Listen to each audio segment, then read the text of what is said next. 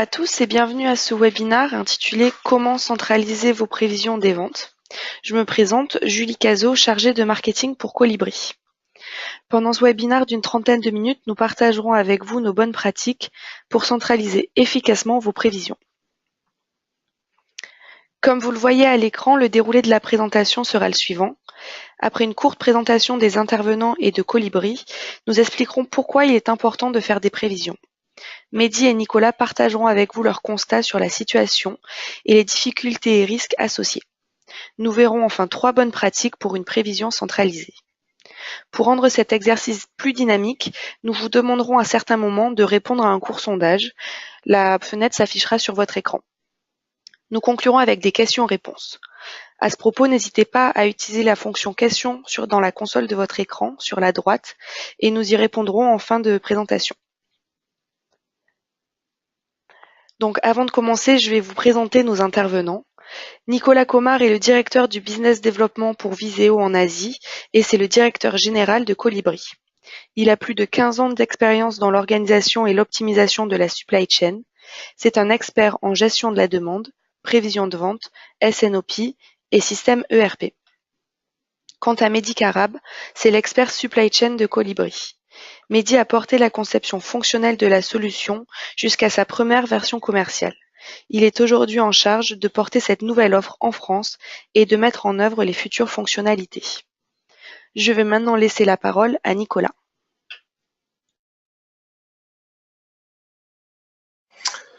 Bonjour à tous, donc effectivement Nicolas Comard, comme vous l'avez compris, je suis en charge de Colibri et également du développement de la société Viséo en Asie, donc je vous parle depuis Singapour avec beaucoup de plaisir aujourd'hui, d'autant plus que je peux faire une présentation en français, ce qui est rare. Je vais vous présenter effectivement rapidement Colibri et ses concepts. Vous voyez ici la carte d'identité de Colibri. Juste pour faire la genèse du produit, donc quand j'étais sur Paris, je pilotais toute l'activité supply chain de Viséo, c'est-à-dire qu'on met en place, qu'on supporte des solutions d'optimisation de la supply chain, des standards du marché. Et puis tous les ans, on avait des clients ou des prospects qui nous contactaient en nous disant je voudrais une solution simple à mettre en place pour sortir d'Excel. J'ai 50 000 €, je vois un truc qui se met en place en quelques semaines, qu'est-ce que vous pouvez me proposer? Et en fait, il n'y avait aucune solution sur le marché qui puisse répondre à ces besoins.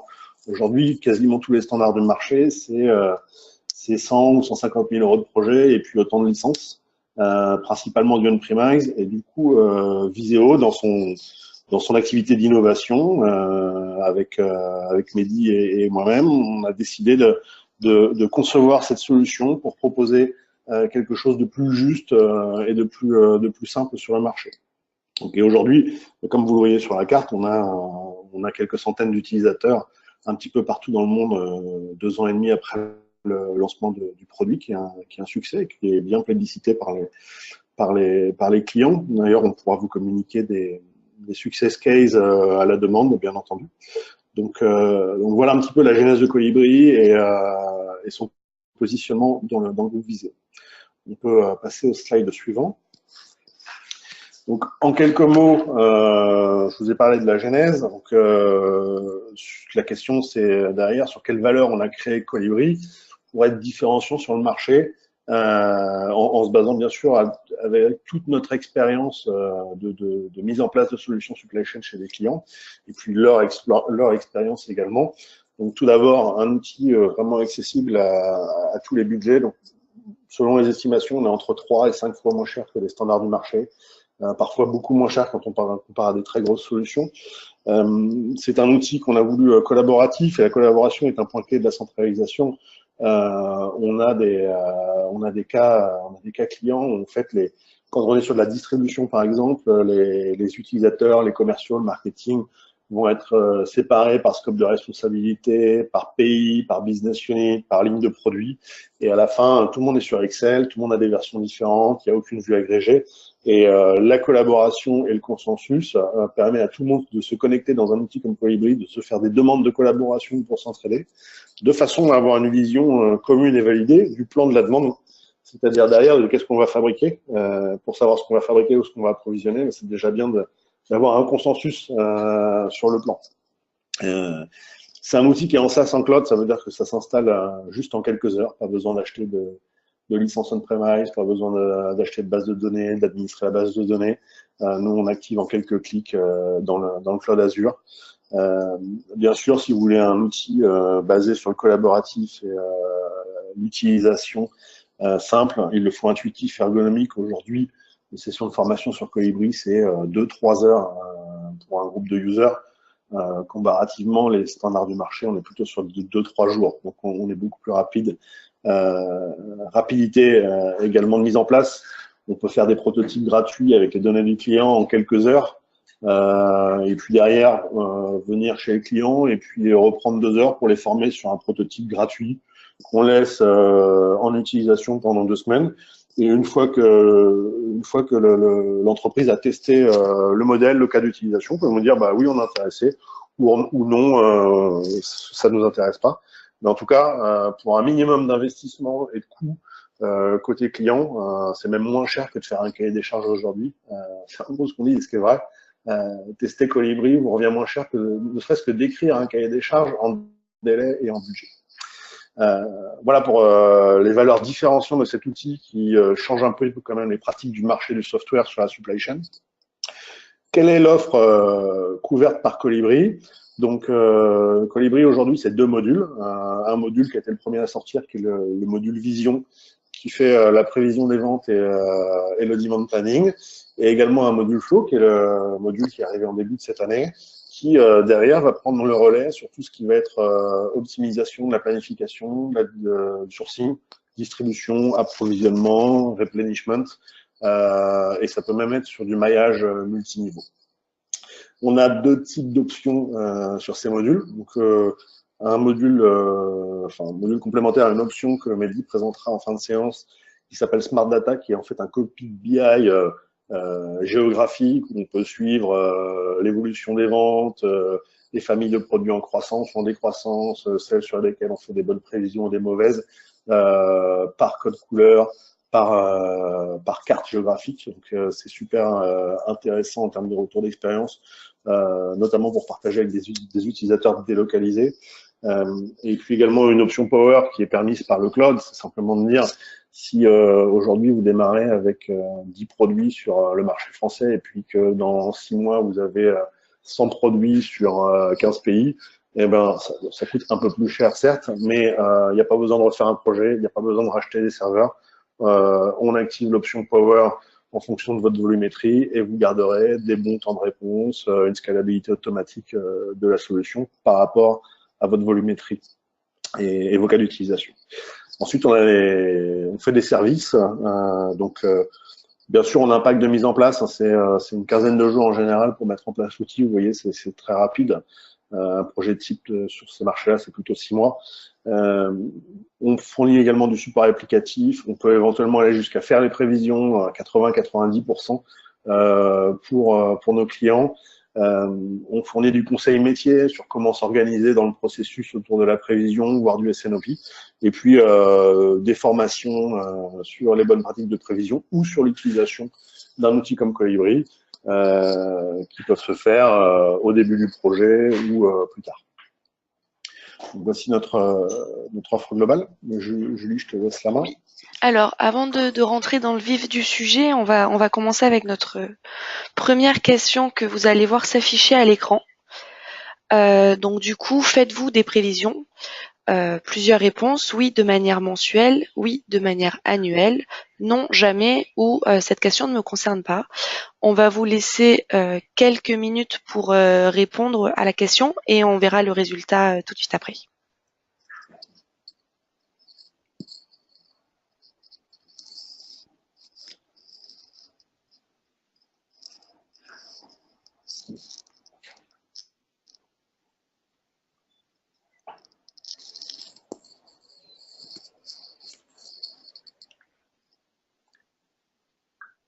Très bien, donc je pense que tout le monde a voté. On va donc maintenant partager avec vous les résultats.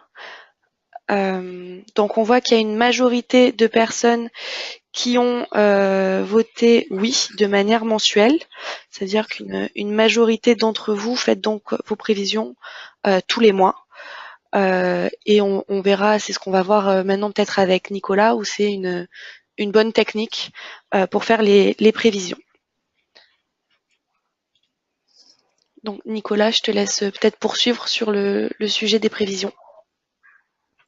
Alors oui, merci Julie. Donc j'enchaîne avec pourquoi est-ce qu'il est important de faire des prévisions. Donc, alors, bien entendu, l'objectif global des prévisions, comme de tout processus d'optimisation de la supply chain, ça va être au final de réduire les stocks et de réduire les ruptures, c'est-à-dire d'augmenter les ventes.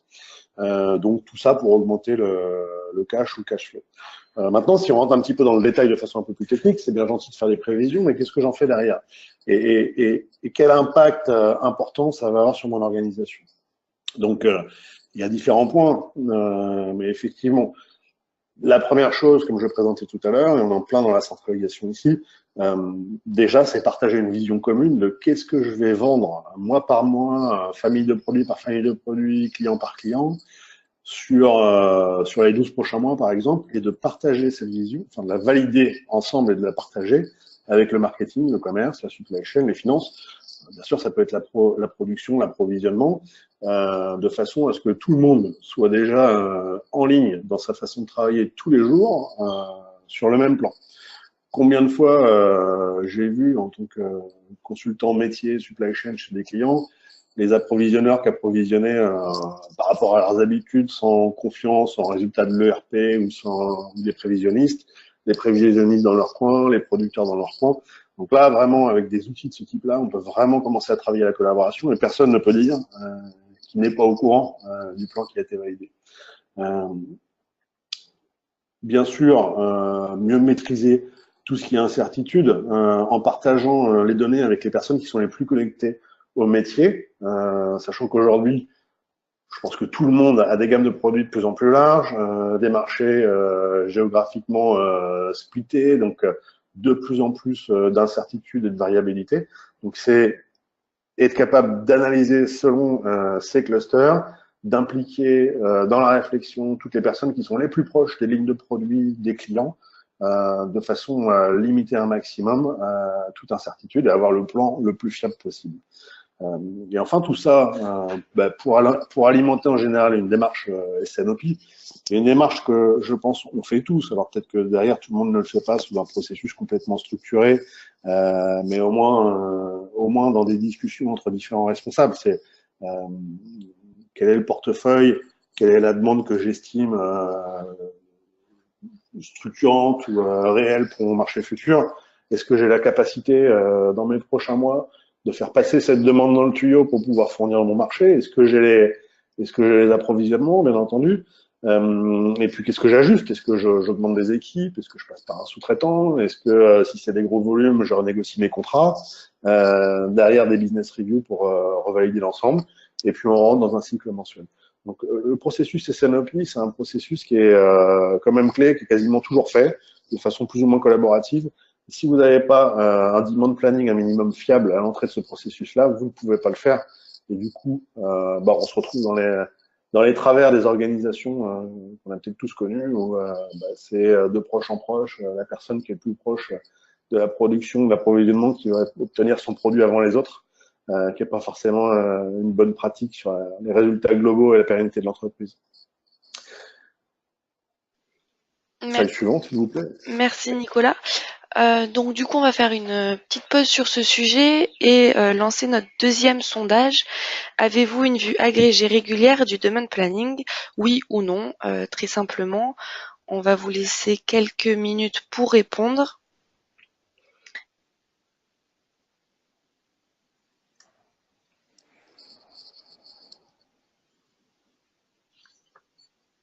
Super.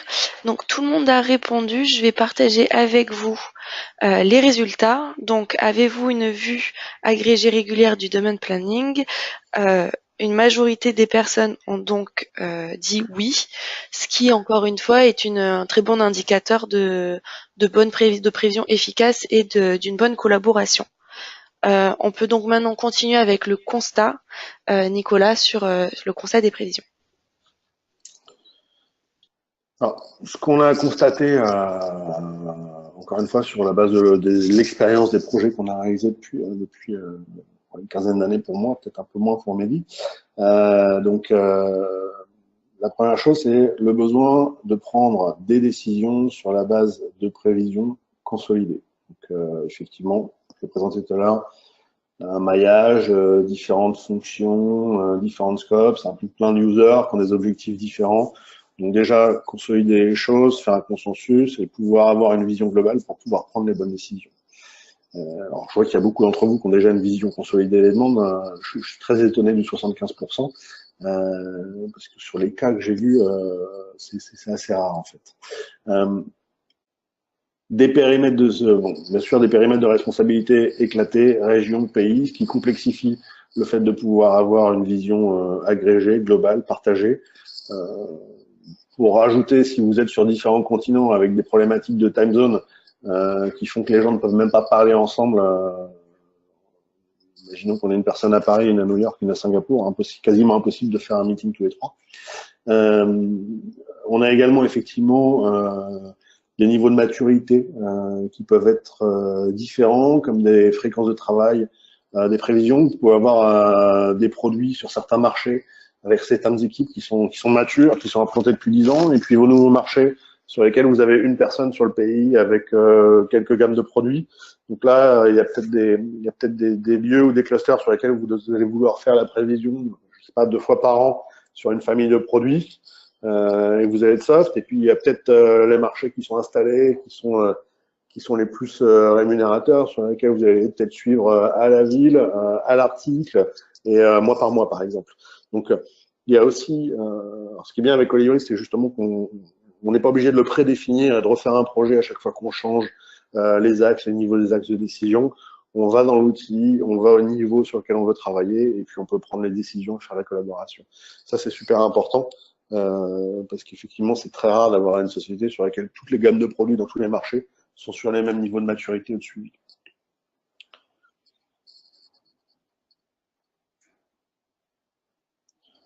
Alors, difficulté rencontrée dans l'exercice de la prévision du demand planning. Donc, déjà réussir à faire un exercice ponctuel ou du moins maîtrisé en termes de timing pour avoir au moins, alors plus généralement un exercice efficace, c'est de le faire au moins mensuel, hebdomadaire dans certains cas, mais déjà pour pouvoir avoir un plan consolidé de la demande globale, il faut réussir à impliquer tous les utilisateurs, et quand on a des clients qui ont 50 voire 100 utilisateurs, quand il faut onboarder tout le monde pour pouvoir rendre un plan fiable de façon mensuelle, si on ne s'appuie pas sur un outil avec un workflow, c'est quasiment impossible en fait. Donc, première grosse difficulté, réussir à maîtriser la récurrence et la ponctualité de l'exercice de prévision ou de SNOP d'ailleurs. Deuxième point assez compliqué, réussir à impliquer différents acteurs dans un processus. Les acteurs dont on parle là, alors souvent, ça va être des gens qui vont être plus ou moins plus proches des sales, c'est-à-dire des commerciaux, des responsables de pays locaux ou des équipes marketing. Toutes ces populations-là, si on commence à leur donner un outil qui est un petit peu compliqué, type un ancien ERP avec un écran S400, je peux vous dire que le projet est perdu d'emblée et jamais le processus ne sera réalisé. Donc c'est pour ça qu'aujourd'hui, les outils qui sont conçus, Colibri en a un exemple, sont vraiment conçus pour être user-friendly, pour que ce soit le plus simple possible d'utilisation, pour donner des KPI à ces personnes pour qu'ils aient un peu de valeur ajoutée à venir dans l'outil pour pouvoir l'utiliser. Enfin, tout concevoir quand on réfléchit à comment on va construire nos écrans pour que l'outil soit le plus attractif possible pour un utilisateur, parce que c'est une vraie complexité des impliqués, surtout quand ils travaillent 3 jours, 4 jours par mois dans l'outil. Et effectivement, pour ceux qui travaillent principal cas, c'est Excel. Hein, on fait souvent des prévisions dans Excel. Centraliser le processus partagé, ça peut être très compliqué. C'est-à-dire que j'ai 50 utilisateurs qui font tous leurs prévisions sur leurs articles dans Excel. La pauvre personne déjà qui récupère les 50 fichiers, avec parfois des versions d'Excel différentes, avec des personnes qui ont peut-être changé le formatage, qui n'ont pas rempli les cases comme il faut.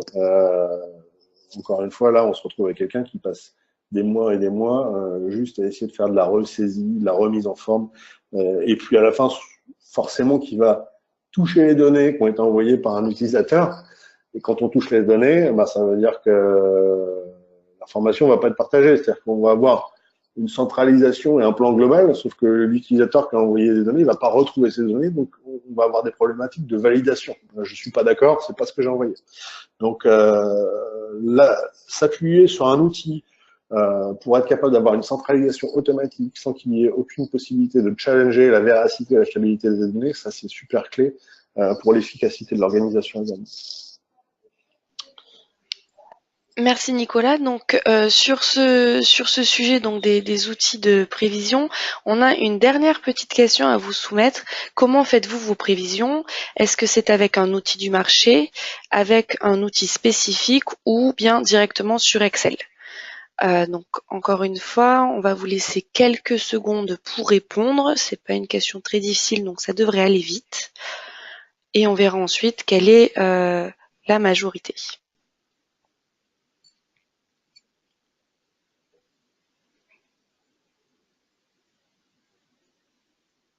Ok, super. Je vois que tout le monde a répondu. Donc, quels sont les résultats? Sans grande surprise, je pense, d'après notre expérience, une majorité des répondants, donc 64%, utilisent Excel pour faire leurs prévisions. Et Mehdi, tu veux peut-être enchaîner sur le sujet. Merci beaucoup, Julie et Nicolas. Effectivement, l'idée aussi de ce webinaire, c'est d'essayer de vous remontrer les différents risques que nous avons identifiés suite à notre expérience en termes de demand planning. Donc, suite à ce sondage, on peut constater qu'une majorité d'entre vous utilisent Excel. L'objectif, c'est sans doute de partager avec vous des points que vous rencontrez aujourd'hui. Alors, personne n'utilise aujourd'hui d'outils spécifiques, mais ça peut arriver également que certaines sociétés soient tentées de développer en interne des outils pour répondre aux besoins de la logistique et des prévisions de vente. On n'est pas dans ce cas-là suite au sondage, mais c'est également valable pour les outils spécifiques et Excel. Le premier risque que l'on rencontre et quand on souhaite mettre en place de la collaboration, et comme l'a très bien dit Nicolas, c'est de ne pas pouvoir centraliser l'information, puisque la collaboration nécessite de centraliser l'information. Donc je ne vais pas répéter ce qu'il a dit précédemment, mais l'échange de fichiers Excel est parfois chronophage. J'ai beaucoup de clients, et notamment dans les témoignages que vous allez pouvoir télécharger via ce webinaire, de clients qui utilisaient Excel et qui passaient un temps très très long, les prévisionnistes passaient un temps très très long juste pour la préparation des fichiers Excel. On ne parle pas de tâches à valeur ajoutée, vraiment de la consolidation, du nettoyage, du formatage. Donc ce point-là est aujourd'hui un risque important parce qu'on va passer du temps sur une tâche qui n'est finalement pas notre cœur de métier. Si on se positionne également dans le cas de l'utilisation d'Excel ou de solutions qui ne sont pas centralisées, donc ça peut être valable aussi pour des outils du marché, souvent ce qu'on constate, c'est qu'une seule personne en interne dans l'organisation détient beaucoup de connaissances sur la solution. Donc on a exagéré un petit peu, mais c'est ce qu'on appelle en risk management le single point of failure, c'est-à-dire que si cette personne qui est en charge ou qui a la connaissance, malheureusement n'est plus au sein de l'entreprise, est en arrêt maladie ou s'en va, bah finalement tout le processus de prévision qu'on a dit qui était mensuel pour beaucoup d'entre vous, s'écroule. Et donc ça peut mettre en péril le business de la société. Le troisième point aussi qui est lié à l'utilisation d'outils non dédiés ou parfois peu évolutifs, c'est de constater un éloignement de notre tâche principale par rapport au cœur de métier. Donc, comme je le disais précédemment, on va passer beaucoup de temps à récupérer l'information, la consolider, la traiter, la nettoyer, donc finalement faire des tâches qui sont loin de ce qu'on attend de nous. Le point également aussi d'avoir un outil qui est parfois on-premise ou du Excel ou de l'outil dédié, c'est qu'il y a des limites technologiques. Typiquement, votre business va grossir, vous allez sans doute être confronté à des nouveaux lancements de produits, des nouvelles problématiques, et donc finalement les limites de l'outil vont être assez vite atteintes et ainsi impacter votre efficacité dans le travail, donc notamment la volumétrie, c'est souvent un point qui est oublié ou jamais mentionné en début de projet, c'est un petit peu de se dire, bah voilà, je prends un outil et j'essaye de voir à 5-6 ans dans quelle situation je serais, bah finalement c'est un exercice qui est jamais fait. Et donc la limite de volumétrie est parfois une limite bloquante parce qu'on se rend compte à un moment donné que l'outil ne marchera plus et on n'avait pas anticipé ça. Et enfin, le dernier point aussi que l'on va mettre dans notre top 5 et qui est l'évolutivité de l'outil. Finalement, les métiers de la prévision n'évoluent pas, mais les besoins évoluent.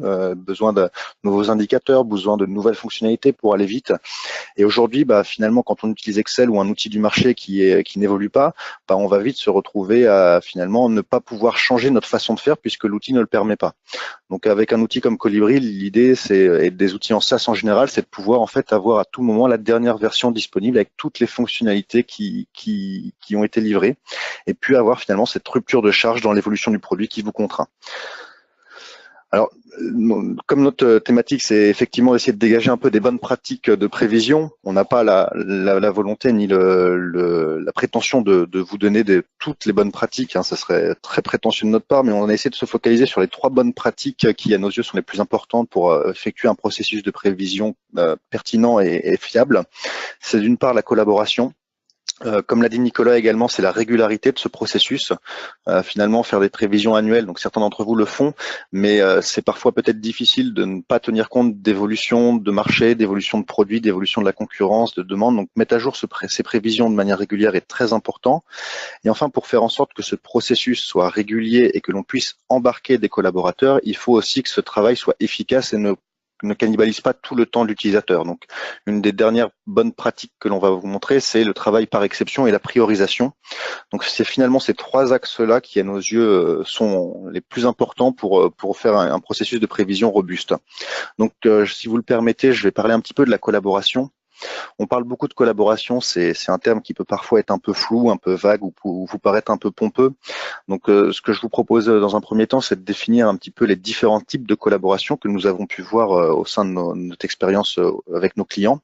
Il y a 2 types de collaboration. Il y a la première qui est peut-être la plus simple et la plus courante, que j'appellerais interorganisation, qui est avec les personnes au sein de notre société qui vont travailler, donc par exemple des utilisateurs marketing, les utilisateurs commerciaux, notre logistique. Donc comme l'a dit Nicolas tout à l'heure, on se rend compte que finalement tous ces acteurs sont impliqués dans la prévision, mais chacun fait des prévisions dans son coin généralement pour des visions différentes. Donc il y a un premier niveau de collaboration qui est plutôt intra-organisation, qui est de faire communiquer les acteurs entre eux et avoir déjà une vision commune de la prévision. Et puis en fait, on se rend compte que l'évolution des supply chains fait qu'elles sont de plus en plus larges et étendue, et on a différents types d'utilisation avec nos clients, ou dans le cas où la collaboration finalement est étendue à l'entreprise vers l'extérieur, avec notamment de la collaboration soit fournisseur, soit de la collaboration client. Donc là, on est dans des cas très très ponctuels et très marginaux, mais l'idée derrière, c'est de se dire finalement, quand on est limité avec Excel ou avec des outils standards du marché qui ne sont pas en ligne, on va avoir des difficultés pour donner des accès à des personnes extérieures à l'entreprise, aussi bien pour des raisons de coût de licence que d'infrastructure, que de VPN ou autre. Avec une solution comme Colibri qui est dans le cloud, il est très très facile d'ouvrir les accès à des clients, par exemple, pour demander à certains de nos clients de mettre à jour des prévisions. On a le cas avec certains de nos clients qui sollicitent leurs plus gros clients 1 fois par an ou 2 fois par an de venir dans un écran très simple, très filtré pour donner des grandes lignes sur la prévision. Et inversement, on a d'autres clients qui essayent de communiquer avec leurs fournisseurs sur des horizons 12 à 16 mois. C'est d'autant plus vrai dans la distribution spécialisée quand on doit s'approvisionner dans des pays avec des longs lead time. On est tout à fait capable avec un outil comme Colibri de donner en lecture seule accès aux prévisions que l'on a validées sur une gamme de produits sur un horizon très long. Donc l'idée d'un outil aussi de la collaboration, c'est pas de tout faire d'un coup, de pas faire un big bang, mais de le faire, on va dire, étape par étape, que ce soit au sein de notre organisation ou de l'étendre. L'idée in fine, c'est d'avoir une vision partagée, le plus proche de la réalité possible avec les acteurs internes de l'entreprise et les acteurs externes. Quelques bonnes pratiques que l'on a pu consolider du fait d'une nombreuse mise en place de projets que l'on a eu. Quels sont les éléments clés à garder en tête quand on souhaite mettre en place de la collaboration? La première chose, c'est de se dire que les collaborateurs, souvent, ils vont utiliser un nouvel outil par rapport à ce qu'ils avaient l'habitude d'utiliser. Donc pour pouvoir faire en sorte que les risques de rejet de ce nouvel outil soient le plus limités possible, il faut que l'outil ait une ergonomie simple et une prise en main rapide. Également, ce que l'on a constaté quand on parle de collaboration au sein, que ce soit inter à une entreprise avec différentes filiales ou ou par exemple des personnes du marketing, du commercial. Chacun a son niveau de maturité et il est parfois très difficile, notamment quand on est dans Excel ou dans des outils spécialisés, d'essayer de faire matcher toute cette différence de maturité au sein d'un seul outil. Donc ce que l'on propose, nous, généralement, pour faire en sorte que la transition se passe bien, c'est de permettre de travailler à différents niveaux en fonction de la maturité.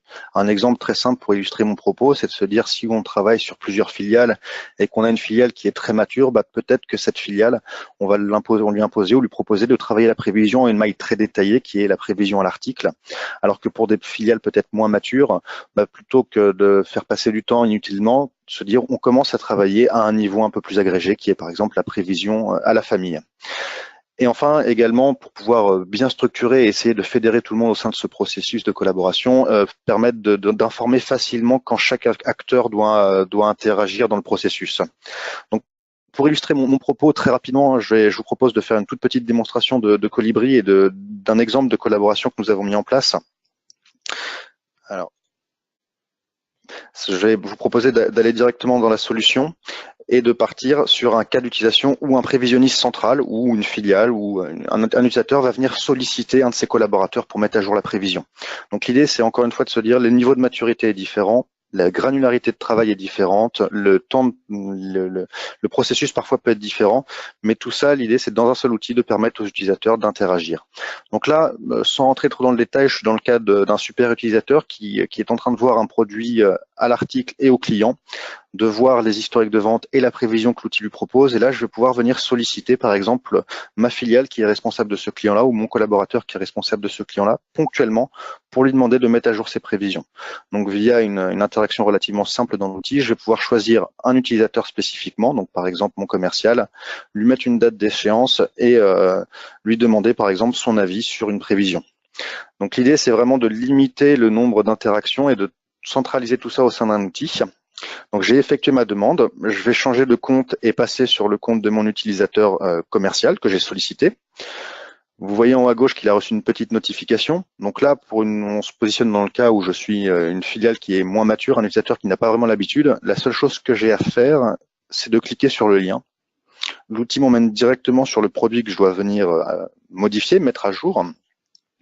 Donc, je peux voir différentes informations. L'outil permet vraiment d'être modulable. Donc, par exemple, j'ai décidé d'afficher mon carnet de commandes pour mettre à jour mes prévisions. Je vais pouvoir mettre à jour mes prévisions de manière relativement simple, soit en faisant du drag and drop, soit en faisant comme dans Excel, puisque Excel finalement est l'outil le plus utilisé aujourd'hui, en mettant un pourcentage, par exemple, d'évolution, en mettant plus 10%. Et je vais pouvoir tout simplement sauvegarder. Donc bien sûr, l'outil permet de faire beaucoup d'autres choses, de changer d'unité, de voir des indicateurs, mais là, le cas d'utilisation que je vous montre, c'est vraiment le cas, on va dire, le plus simple, où je demande de la collaboration. Bien sûr, mon collaborateur peut mettre à jour un commentaire, peut m'alerter par mail, ou je peux recevoir une information dès qu'une prévision est mise à jour. Et là, si je reviens avec mon compte, on va dire super utilisateur qui a sollicité mon collaborateur, il suffit que je rafraîchisse mes données pour voir ma nouvelle prévision qui est apparue ici et qui s'appelle Commercial France.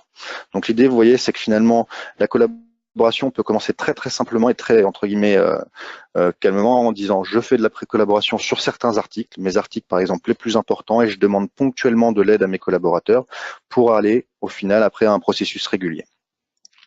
La deuxième bonne pratique que l'on a proposée, que l'on vous propose, c'est de faire ce processus de manière régulière. Donc pour faire ce processus de manière régulière, dedans cela implique certaines étapes clés. Un processus, par définition, ça doit être mesuré et on doit mesurer sa performance.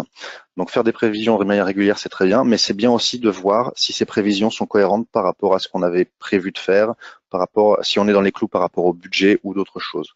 Donc il est important de mesurer la fiabilité notamment des prévisions et la stabilité de notre plan de prévision. Donc régulièrement, donc faire ça dans Excel et dans des outils spécifiques, c'est parfois très difficile. Dans Colibri, nous avons des écrans dédiés pour cela.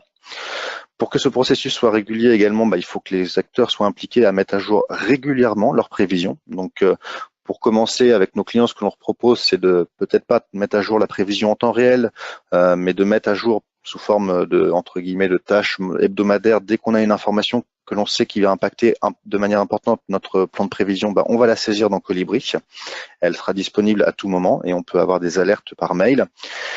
Et le dernier point également, c'est de dire cette prévision que vous avez faite, finalement, faire de la prévision pour faire de la prévision, c'est très bien, mais ça va venir en entrée de votre processus SNOP, et donc d'exporter régulièrement cette prévision pour pouvoir alimenter vos plans d'approvisionnement derrière. Le dernier point que je souhaitais parler avec vous et qui à nos yeux est une bonne pratique pour pouvoir faire en sorte que ce processus soit régulier et le plus simple pour tous les utilisateurs, c'est évidemment de travailler par exception. Le temps d'un prévisionniste, le temps de nos collaborateurs commerciaux, marketing, il est limité et ils ne peuvent pas se permettre de passer trop de temps à faire des prévisions. Donc pour cela, les bonnes pratiques permettent de mettre en place des mécaniques de travail par exception. Donc par exemple, dans Colibri, il sera possible de travailler en priorité d'abord sur les articles de classe A, donc les articles vraiment à forte valeur ajoutée, ou alors les articles pour lesquels la prévision que l'on a faite dans Colibri n'est pas bonne, donc vraiment de permettre d'avoir un canevas d'articles à revoir et non pas les milliers d'articles dont je suis responsable. Ce qui va être également important aussi, c'est de pouvoir travailler finalement à différents niveaux de détail. On a vu que la granularité varie beaucoup en fonction de la maturité de l'organisation, mais un utilisateur va très bien pouvoir se dire je vais travailler un produit à l'article, ou c'est 2-3 produits à l'article, et tous les autres finalement je veux les travailler à la famille. Donc là, avoir la possibilité d'avoir une vision macro et détaillée à tout moment, donc bottom-up et top-down. Donc un outil comme Colibri permet vraiment de faire ses va-et-vient et de travailler à un niveau détaillé puis macro.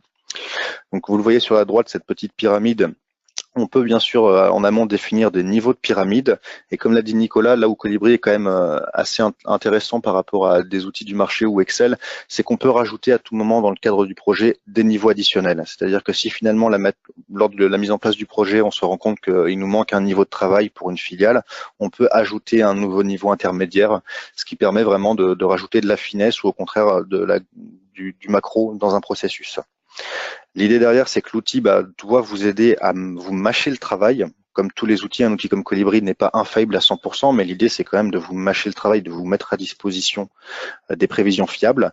Donc, ce qu'on recommande à nos clients, quel que soit l'outil, c'est de dire, voilà, laissez l'outil travailler sur les produits qui ne sont pas à grande valeur ajoutée. Vous pouvez bien sûr les revoir par exception, mais ne passez pas trop de temps dessus. Par contre, au contraire, là où votre business est critique, sur des produits à forte valeur ajoutée ou des produits clés ou des clients très, très importants, travaillez vraiment sur cela. Et enfin, le dernier point, pour rester un petit peu sur la partie collaboration et fédération au sein d'un seul outil, on se rend compte depuis peu, puisque c'est une nouvelle option qui est disponible dans Colibri, mais que c'est quelque chose qui a qui a un écho très positif, c'est la possibilité de donner de la visibilité de manière graphique à tous les collaborateurs, que ce soit des collaborateurs commerciaux, logistiques, d'avoir en fait des tableaux de report qui sont communs à tous les utilisateurs et qui permettent finalement de parler de la même chose dans l'outil. Et pour cela, je vous propose de vous montrer un exemple, je ne vais pas rentrer dans le détail, mais de tableau de bord que nous avons mis en place dans Colibri. Typiquement, ce type de tableau de bord sont branchés directement sur la base Colibri. Les personnes travaillent dans l'outil, on fait le processus de prévision et à la fin du mois, on se pose autour d'une table, que ce soit les commerciaux, le marketing, et on voit en fait dans ce tableau de bord finalement les synthèses de tout ce qui a été saisi et consolidé dans l'outil. L'idée, c'est de pouvoir voir si les tendances que l'on a définies, donc par exemple une tendance géographique par pays, si la tendance de ma prévision est à la hausse ou à la baisse par pays, je peux par exemple gérer ma maille de temps, si je veux faire une analyse sur 12 mois ou 6 mois glissante, la répartition par client et par famille de produits, avec la possibilité évidemment de descendre d'un niveau et de se dire voilà, sur cette famille de produits, si je veux le détail, je peux aller voir l'article.